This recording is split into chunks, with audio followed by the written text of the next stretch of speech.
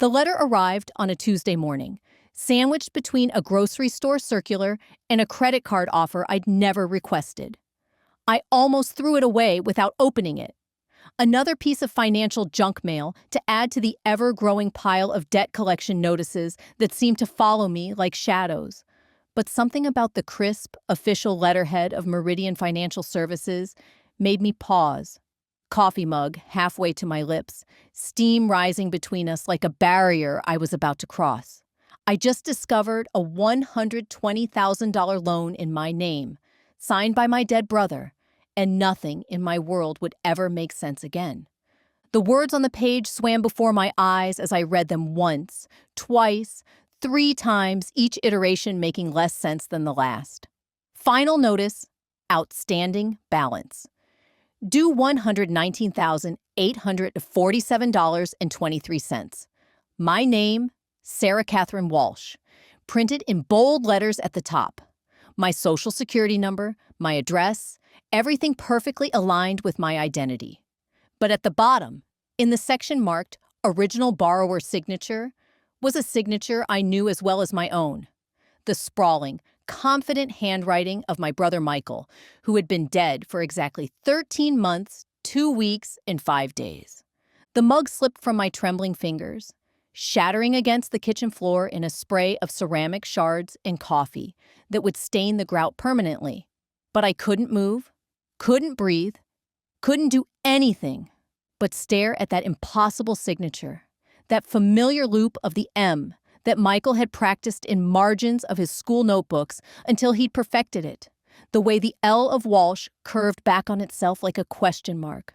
I sank into the kitchen chair, the same one where Michael used to sit every morning before school, stealing bites of my cereal when he thought I wasn't looking. The same chair where he'd sat just weeks before the accident, telling me about his plans to start his own business, his eyes bright with the kind of hope I'd envied and worried about in equal measure. Michael had always been the dreamer, the one who believed that tomorrow would somehow be different from today, better, fuller of possibility. Now he was gone, and apparently he'd taken out a loan that could destroy me. My hand shook as I reached for my phone, dialing the number printed at the bottom of the letter. The automated system guided me through a maze of options until finally, mercifully, a human voice answered. Meridian Financial Services, this is Janet speaking. How may I help you? I received a notice about a loan, I said, my voice sounding strange and far away. But there's been some kind of mistake. The loan was apparently signed by someone who died over a year ago. There was a pause, the sound of fingers clicking across a keyboard. I'm looking at the account now. Ms. Walsh, the loan was originated 18 months ago for $120,000, secured against your credit profile and employment history. The signatures appear to be valid, and all documentation was properly notarized. That's impossible, I said, louder now, my voice cracking. My brother Michael signed those papers, and he's been dead for 13 months. He couldn't have taken out a loan in my name 18 months ago because he didn't have access to my personal information. And even if he did, ma'am, I understand this is distressing, but our records show that you, Sarah Catherine Walsh, signed these documents on March 15th of last year. The notarization was completed by a licensed professional, and the loan has been in default for the past 6 months. We've sent multiple notices to your address. I never received any notices, I protested. Though, even as I said it, I remembered the growing pile of mail I'd been ignoring, too overwhelmed by grief and the crushing weight of everyday survival to open anything that looked like a bill. After Michael died, I'd barely been able to function, let alone manage paperwork. The loan proceeds were deposited directly into an account ending in 4738. Does that account number sound familiar? My blood ran cold. Michael's account. The one I'd helped him close after the funeral, the one where we'd found barely $300 and a stack of overdraft fees that painted a picture of a man drowning in small financial disasters. But I'd closed that account myself, sat in the bank manager's office with Michael's death certificate, and watched as they zeroed out the balance and marked it inactive. Ma'am?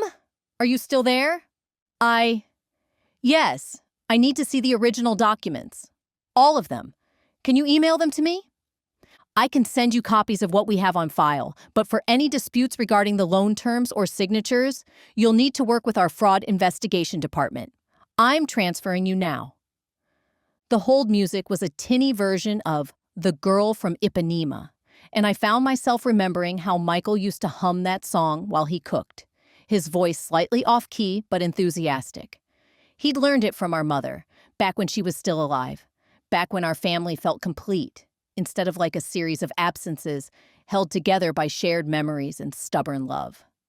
Fraud investigation. This is Marcus. I repeated my story, the words becoming easier to say, but no less surreal.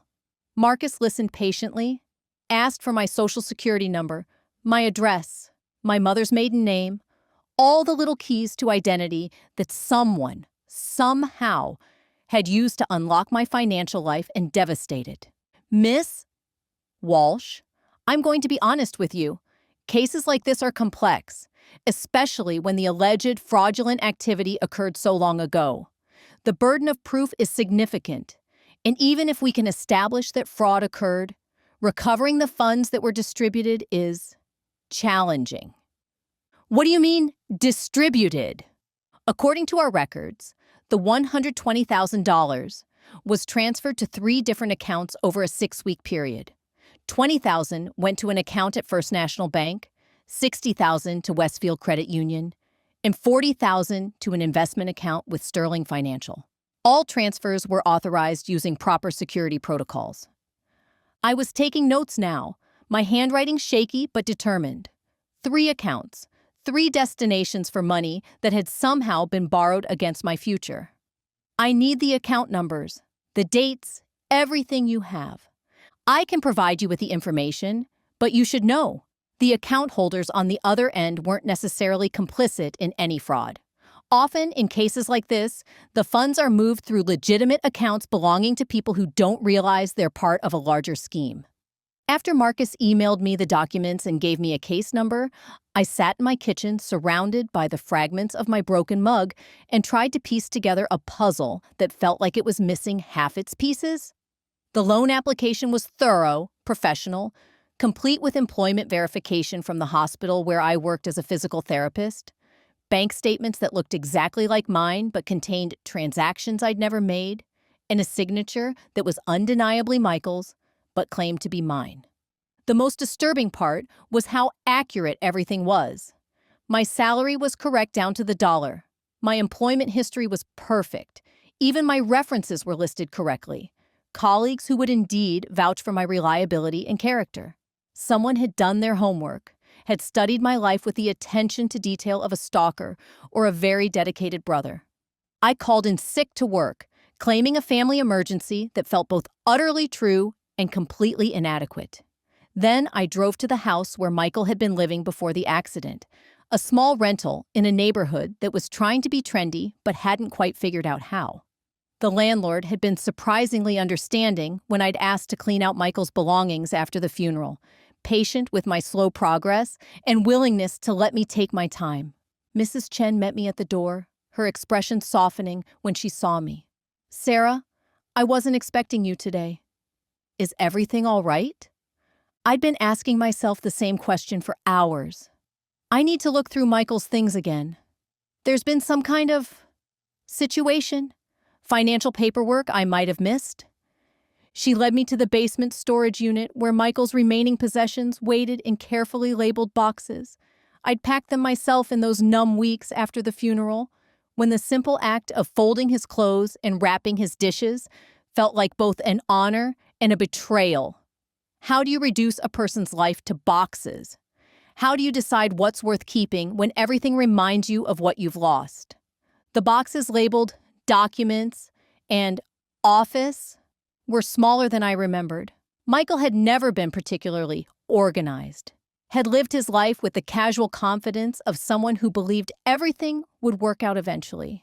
Bills got paid eventually, paperwork got filed eventually, problems got solved eventually. It was the approach to life that had driven me crazy when he was alive and seemed almost noble now that he was gone. I opened the first box and found the usual detritus of a life lived somewhat haphazardly. Expired warranties, old tax returns, a lease agreement from an apartment he lived in 5 years ago, business cards for restaurants and services he'd probably used once and then forgotten. But underneath the familiar chaos, I found something that made my breath catch. A manila folder labeled SL Project in Michael's distinctive handwriting. Inside were photocopies of documents I recognized. My bank statements, my pay stubs, my credit report. But these weren't documents I'd ever given him. These were copies, obtained somehow, annotated in his handwriting with notes about my debt-to-income ratio, my credit score, my employment stability. It looked like research, like homework, like preparation for something that required intimate knowledge of my financial life. My hands were shaking again as I opened the second box. This one contained Michael's laptop, the one I'd been too emotional to go through when I'd packed his things. I'd told myself I'd deal with it later, when grief wasn't quite so sharp, when I could face the possibility of reading his emails or seeing the digital remnants of his hopes and plans. The laptop booted up slowly, requiring a password I guessed on the third try. Mom and Sarah, 1985. The year our mother died and our little family of 3 became 2. Michael had never been creative with passwords, had used variations of the same theme for everything from his email to his Netflix account. His desktop was as cluttered as his physical spaces had been, filled with shortcuts to games, music, and a folder labeled business plans that contained dozens of documents outlining various entrepreneurial schemes. Michael had been full of ideas, always convinced that the next venture would be the one that changed everything, that transformed him from a struggling bartender into a success story worthy of our mother's memory. But it was the folder labeled Sarah that made my stomach drop. Inside were more copies of my financial documents, but also something else. A detailed spreadsheet tracking my habits, my schedule, my routines. It noted that I worked 12-hour shifts 3 days a week, that I typically slept late on my days off, that I rarely checked my mail immediately. It contained my social security number, my mother's maiden name, the answers to security questions I'd probably given him casually over the years, without thinking about how that information could be used. At the bottom of the folder was a document titled Plan B, and reading it felt like watching a movie of my life directed by someone who knew me better than I knew myself. If the restaurant doesn't work out, the document began, Sarah's credit is good enough to secure funding for the real estate project. She's too generous to say no if I ask directly, but she's also too practical to invest that kind of money in something risky. Better to secure the funds first, then present her with the opportunity as a fait accompli. By the time she realizes what happened, the investment will be profitable enough to pay back the loan plus interest. She'll be angry at first, but she'll understand eventually. She always understands eventually. I read those words over and over until they lost all meaning, until they became just shapes on a screen instead of a blueprint for betrayal written in my brother's optimistic, naive, loving voice. Michael had planned to defraud me, but he'd planned it with the absolute conviction that he was helping me, that he was creating an opportunity that would benefit us both.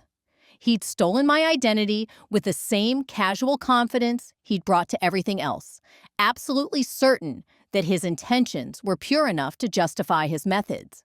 The real estate project he referenced was outlined in another document, a plan to buy distressed properties in up-and-coming neighborhoods, renovate them, and either flip them for profit or rent them for long-term income. It was actually a good plan, well-researched and potentially profitable. The kind of venture that might have worked if he'd been honest with me, if he'd asked for help instead of simply taking it. But Michael had been dead for 13 months, which meant he'd never had the chance to execute his plan, never had the chance to present me with profitable investments that would justify his deception. The $120,000 was gone, distributed to accounts I didn't recognize, for purposes I couldn't fathom, and I was left holding responsibility for a debt I'd never agreed to take on. I called the 3 banks that Marcus had mentioned, armed with account numbers, and a story that sounded incredible even to me. The first two were polite but unhelpful, bound by privacy policies that prevented them from sharing account information even with someone claiming to be a victim of fraud. But the third call, to Sterling Financial, connected me with a customer service representative who sounded genuinely concerned. "Let me check on that account number for you," she said. "Oh, this is interesting. The account was opened 18 months ago, but it's been dormant since the account holder's death about a year ago. The funds are currently frozen pending probate resolution." "Who was the account holder?" I asked, though I was already certain I knew the answer. "Michael James Walsh." "Are you a relative?"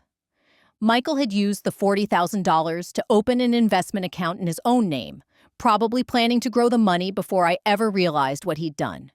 But then the accident happened, and the account became part of his estate, which essentially consisted of debts and dreams and the kind of half-finished projects that had defined his entire adult life.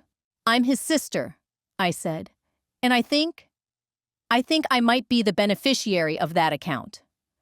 It took 3 days of phone calls, document gathering, and legal maneuvering, but I was eventually able to confirm that I was indeed the sole beneficiary of Michael's estate, such as it was. The investment account contained $37,000. The original $40,000 had actually grown over the 13 months since his death, managed by an automated system that had continued making conservative investments even after the account holder was gone. But that still left $83,000 unaccounted for, distributed to 2 other accounts that might contain money belonging to people who had no idea they were connected to an elaborate fraud scheme orchestrated by a dead man with good intentions and terrible judgment. The account at First National Bank belonged to Rosa Delgado, a woman I'd never heard of but whose address was only 6 blocks from the restaurant where Michael had worked. I decided to visit her in person, reasoning that this kind of conversation was too complex and too important for a phone call. Rosa's apartment was in a converted Victorian house, painted bright yellow, with a small garden in front where someone had planted vegetables among the flowers. She answered the door wearing scrubs, clearly between shifts at what I guessed was a healthcare job, and her expression shifted from polite curiosity to alarm when I introduced myself. "You're Michael's sister," she said. "Oh my God, I wondered what happened to him. He just stopped coming to work one day, and nobody would tell us anything except that there had been an accident." "Can I come in? I need to ask you about some money that Michael might have given you." Rosa's living room was small but comfortable, decorated with pictures of family and certificates from community college courses in medical assisting. She offered me coffee and listened patiently while I explained about the loan, the fraud investigation, the money that had somehow made its way into her account. $20,000, she repeated slowly. "Michael gave me $20,000 about 6 months before he died. He said it was to help with my tuition for nursing school, that he'd gotten some kind of windfall and wanted to share it with people who had been good to him. I tried to refuse it, but he insisted. He said his family had always been generous with him, and he wanted to pay it forward." "Did he ask you to keep it secret?" "Not exactly secret, but he said not to make a big deal about it. He was embarrassed about having money when most of us were struggling. He said it would make things weird at work if people knew he could afford to just give away that kind of cash." Rosa had used the money to pay for nursing school tuition and living expenses, had graduated 6 months after Michael's death, and was now working at a pediatric clinic, making a difference in the world in exactly the way Michael had probably hoped she would. She still had about $5,000 left, carefully budgeted to last until her student loans were forgiven through a public service program. "I'll pay it back," she said immediately. "I mean, it'll take me a while, but I'll pay back every penny. I had no idea it wasn't really his money to give." "Rosa, numero. Keep the money. Use it the way Michael intended. This isn't your fault." But even as I said it, I was calculating. 20,000 given away in good faith, 5,000 of which still existed. The trail was getting warmer, but it was also getting more complicated. Michael hadn't just stolen money from me. He'd used that money to change lives, to create opportunities, to help people in ways that were completely consistent with the generous, impulsive brother I remembered. The second account, at Westfield Credit Union, led me to a man named David Park, who owned a small auto repair shop in the neighborhood where Michael had lived. David was less forthcoming initially, suspicious of a strange woman asking questions about money, but he relaxed when I showed him pictures of Michael and explained that I was trying to settle his estate. "Mike was good people," David said, wiping his hands on a shop rag. "Brought his car here for repairs. Never complained about the prices. Always treated my employees with respect. When I told him I was struggling to keep the shop open, that I needed capital to upgrade some equipment and catch up on rent, he offered to help." Michael had invested $60,000 in David's business, taking a partnership stake that entitled him to a percentage of future profits. It was a handshake deal, documented only by a simple contract that Michael had written himself and that David had signed without really understanding the legal implications. "The shop's been doing great since we upgraded the equipment," David explained. "Better tools, faster service, more customers. Mike was supposed to come by every month to check on things, but after he stopped showing up, I figured he'd lost interest. I kept setting aside his share of the profits, though. Seemed like the right thing to do." David led me to a small office in the back of the shop where he kept a lockbox containing nearly $15,000 in cash, Michael's share of the profits from a business investment that had turned out exactly as optimistically as he'd hoped it would. David had been saving the money for over a year, waiting for Michael to return and collect what was rightfully his. "I'll sign over my partnership stake to you," David offered. "Mike's investment saved my business. I owe him more than I can ever repay." Driving home, I tried to make sense of what I'd discovered. Michael had stolen $120,000 by taking out a loan in my name, but he'd used that money to pay for Rosa's education, invest in David's business, and grow a nest egg that would have eventually benefited both of us if he'd lived long enough to see his plan through. His fraud had been motivated by love, his deception rooted in a genuine desire to help people and create opportunities. But the loan was still in my name, and the monthly payments were still my responsibility, and my credit was still being destroyed by a debt I'd never agreed to take on. Michael's good intentions hadn't changed the fundamental mathematics of the situation. I owed more money than I could ever hope to repay on a physical therapist's salary. That night, I sat in my kitchen with a calculator and a stack of bank statements, trying to figure out how to salvage my financial life from the wreckage of my brother's generosity. The investment account would yield $37,000. David's business partnership might generate another few thousand per year, assuming the shop continued to be profitable.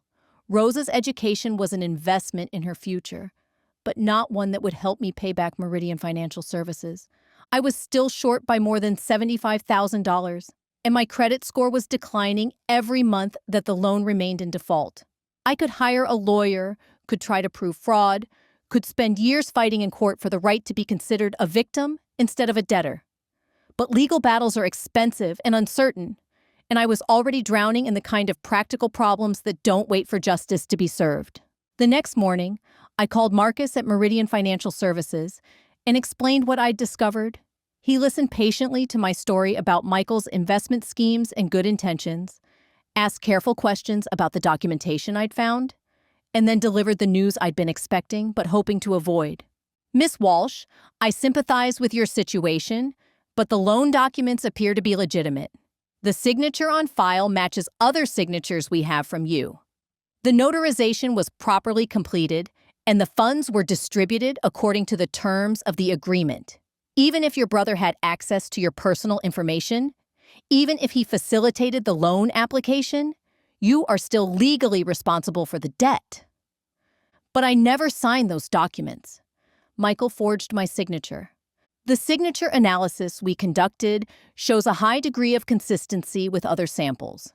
Unless you can provide compelling evidence that forgery occurred, evidence that would hold up in court, we have to proceed on the assumption that the loan was legitimately authorized. I asked for copies of the signature comparison analysis, knowing even as I did that Michael had always been good at mimicking handwriting. As kids, he'd forged our mother's signature on permission slips when she was too sick to sign them herself, had practiced until he could reproduce her careful cursive perfectly. He'd probably spent weeks practicing my signature, studying my handwriting until he could replicate it convincingly enough to fool a notary. The signature on the loan documents was technically mine, but it was my signature as interpreted by someone who loved me enough to steal from me and confident enough in his own judgment to believe that the ends would justify the means. I spent the weekend researching bankruptcy law, exploring options for debt consolidation, and calculating how many years it would take me to pay off $120,000 at various interest rates. The mathematics were depressing no matter how I approached them. Even if I lived like a monk, devoted every spare dollar to loan payments, and never took a vacation or bought anything unnecessary, I was looking at decades of financial servitude. But on Monday morning, I had an idea that felt both completely reasonable and utterly insane. I called Rosa first, explaining that I was considering a business proposition that might benefit everyone involved. Then I called David, outlining a plan that would require his cooperation and trust. Finally, I called Sterling Financial and asked about the procedures for liquidating Michael's investment account and transferring the funds to a new account in my name. The plan I proposed was simple in concept, but complex in execution. I would use Michael's $37,000 investment account as seed money to buy David's partnership stake, giving me complete ownership of an auto repair shop that was already profitable and growing. Rosa would work part-time at the shop, doing bookkeeping and customer service, while she finished her nursing degree, earning money that would allow her to keep the educational funds Michael had given her without feeling guilty about accepting what amounted to stolen money. The shop's profits, combined with my physical therapy income, would allow me to make significant payments toward the loan while building equity in a business that could eventually be sold to pay off the remaining debt. It was risky, required me to learn about automotive repair and small business management, and would consume every free moment of my life for the foreseeable future. But it was also an opportunity to make Michael's posthumous investment scheme work the way he'd originally envisioned it. "You want to buy my shop?" David asked, his voice a mixture of confusion and hope. "I want to buy into your shop," I corrected. "Become a full partner, help you expand the business, turn Michael's investment into something that can support both of us while paying off the debt he created." We met that evening at the shop after closing time, surrounded by the familiar smells of motor oil and metal, negotiating a deal that felt like both a sound business decision and a way of honoring my brother's memory. David would retain operational control, would continue running the day-to-day business he'd spent years building. I would provide capital for expansion, handle the administrative and financial aspects of the operation, and learn enough about automotive repair to be useful rather than just an investor. "Mike would have loved this," David said as we shook hands on our agreement. He was always talking about how family businesses were the backbone of the community, how people should invest in each other instead of just chasing individual profit. Rosa was more hesitant initially, worried about taking on additional responsibilities while she was still adjusting to her new career as a nurse. But when I explained that the bookkeeping work could be done remotely, that she could help manage the shop's finances without abandoning her healthcare career, she agreed to try the arrangement for 6 months. "Michael would be proud of what you're doing," she told me, taking something bad and turning it into something good, making his mistake into an opportunity. The transition wasn't easy. I had to learn about automotive parts and repair procedures, had to figure out how to read profit and loss statements and tax documents, had to navigate the complex relationships between the shop and its suppliers, customers, and competitors. My physical therapy schedule limited my availability at the shop, but I spent evenings and weekends learning about small business management with the same intensity I'd once devoted to studying anatomy and rehabilitation techniques. 6 months later, the shop's monthly profits had increased by 40%, thanks to expanded hours, improved customer service, and strategic investments in equipment and marketing. Rosa had proven invaluable as a part-time administrator, bringing organizational skills and attention to detail that complemented David's mechanical expertise and my business planning. We were functioning as a team in ways that felt both professional and familial, bound together by our shared connection to Michael and our collective determination to make his vision work.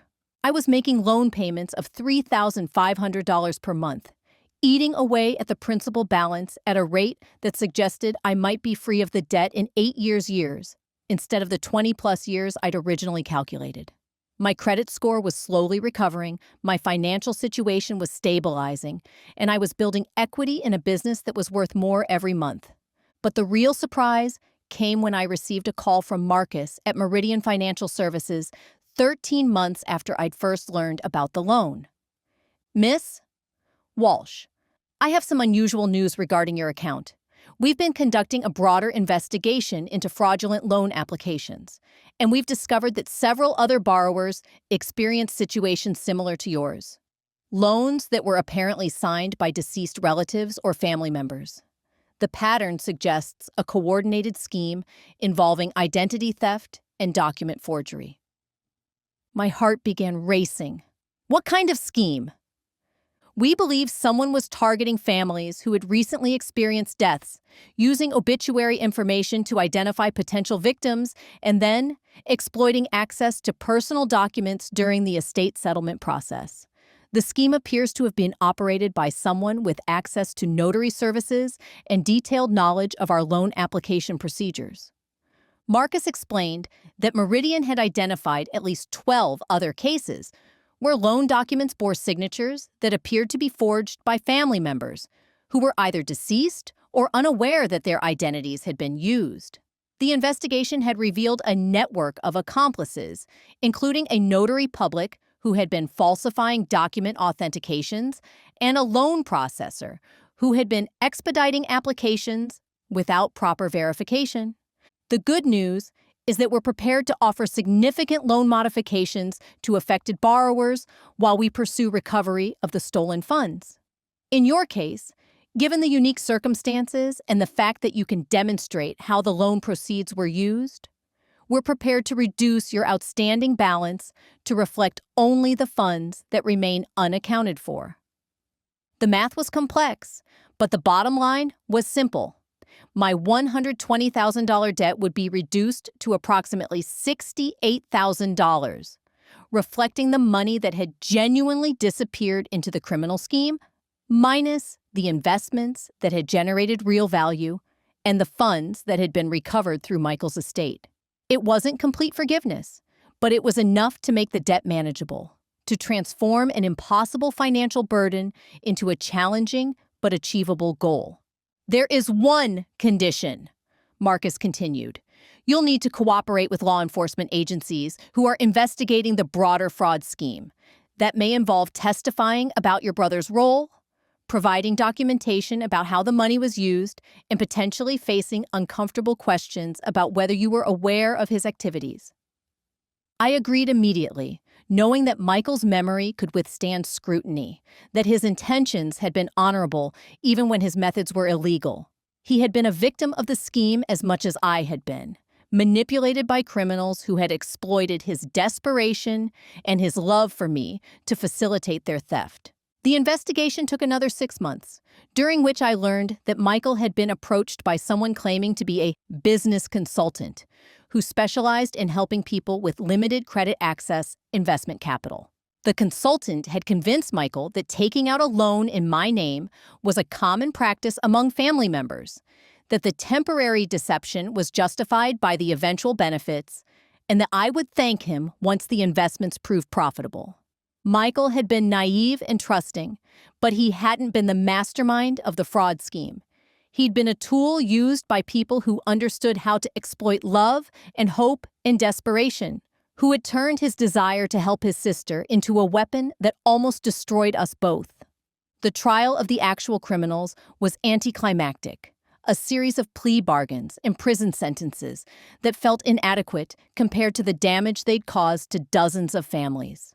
But the legal resolution allowed me to finally close the chapter on Michael's financial legacy, to stop seeing his memory as tied to debt and deception, and start remembering him as the generous, optimistic brother who had tried to create opportunities, even when he didn't understand the risks. 2 years after receiving that first loan notice, I made the final payment on the modified debt. The auto repair shop had grown into a small chain with 3 locations. Rosa had become the business manager while maintaining her nursing career, and David had achieved his dream of owning a successful automotive service company. We'd built something meaningful from the wreckage of Michael's schemes, had turned his stolen money into legitimate opportunities that supported multiple families and served our community. But the real transformation had been personal rather than financial. I'd learned to carry Michael's memory without carrying his mistakes, to honor his intentions without excusing his methods, to love him fully while acknowledging that love doesn't justify theft, even when the theft is motivated by love. On the anniversary of his death, I visited Michael's grave for the first time since the funeral. I brought flowers, but I also brought the business plan he'd written for the auto repair shop. The document that had outlined his vision for turning 60,000 stolen dollars into a sustainable enterprise that would benefit everyone involved. "You were right about the business," I told him, kneeling beside his headstone. "It was a good investment. David's family is secure. Rosa finished nursing school, and I learned how to be an entrepreneur. You were just wrong about the method." The wind rustled through the trees overhead, and for a moment, I could almost imagine it was Michael's voice, apologizing and explaining and asking for forgiveness in the same breath. He'd always been better at asking forgiveness than asking permission, had lived his life assuming that people who loved him would eventually understand his reasoning, even when they couldn't approve of his actions. "I understand now," I continued. "You saw opportunities everywhere, saw ways to help people and create value and make things better. You just never understood that good intentions don't make theft into generosity. That love doesn't justify taking choices away from the people you're trying to help." I left the business plan beside his headstone, weighted down with a stone so it wouldn't blow away. It seemed appropriate somehow, leaving his final scheme at his resting place, acknowledging both its success and its failure, both the love that had motivated it and the deception that had made it possible. The drive home took me past the original auto repair shop, where David was working late and the lights in the office windows suggested Rosa was updating the books. It was a Monday evening, ordinary and unremarkable, exactly the kind of moment that Michael had always believed held the potential for transformation if you just looked at it the right way. He'd been wrong about many things, but he'd been right about that. Ordinary moments do hold the potential for transformation, for turning mistakes into opportunities, for building something meaningful from the fragments of broken plans and broken trust. Love can create possibilities even when it also creates problems, even when it leads people to make choices that hurt the very people they're trying to help. I just discovered a $120,000 loan in my name, signed by my dead brother, and it taught me that forgiveness isn't about excusing someone's actions, but about understanding their heart. Michael had stolen my identity, but he'd also given me an identity I didn't know I had. As an entrepreneur, a risk-taker, someone capable of turning disaster into opportunity. He'd nearly destroyed my financial future, but he'd also shown me that my future was more resilient and more creative than I'd ever imagined. The debt was paid, the business was thriving, and the people Michael had tried to help were flourishing in ways that honored both his intentions and the hard work they'd done to deserve the opportunities he'd created for them. It wasn't the ending he'd planned, but it was an ending that reflected his values, even while acknowledging his mistakes. And sometimes, I thought as I pulled into my driveway, that's the best any of us can hope for. To leave behind something good even when we've done something wrong. To be remembered for our love even when our methods were flawed. To create possibilities even when we can't control how those possibilities unfold. The loan notice that had shattered my world was now filed away in a folder labeled Resolved. But the story it had started was still being written every day in the lives of the people Michael had touched with his stolen money and generous heart.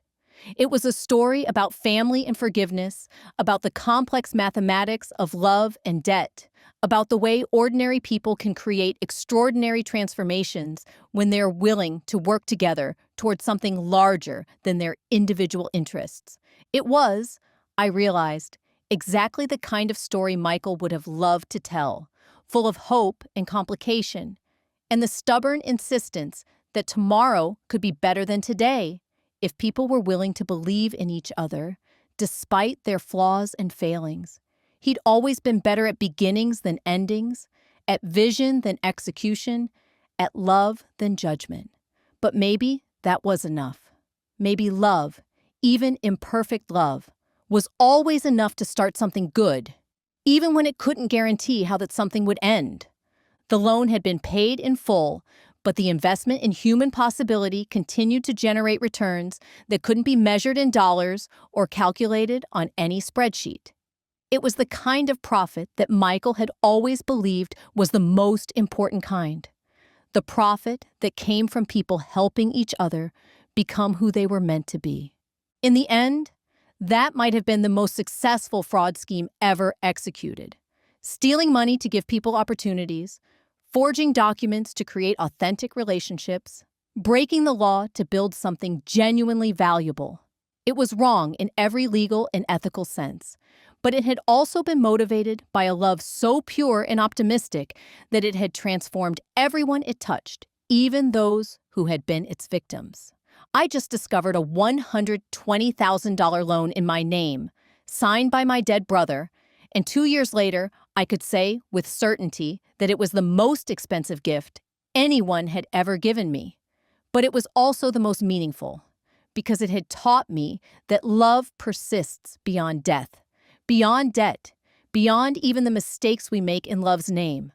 Michael was gone, but his investment in human possibility continued to pay dividends in ways he never could have imagined, creating a legacy that was measured not in money, but in the lives he changed by believing in them when they couldn't believe in themselves. The loan was resolved, but the love that had motivated it remained as large and complicated and transformative as ever. And that, I thought, was probably exactly what Michael had been hoping for all along.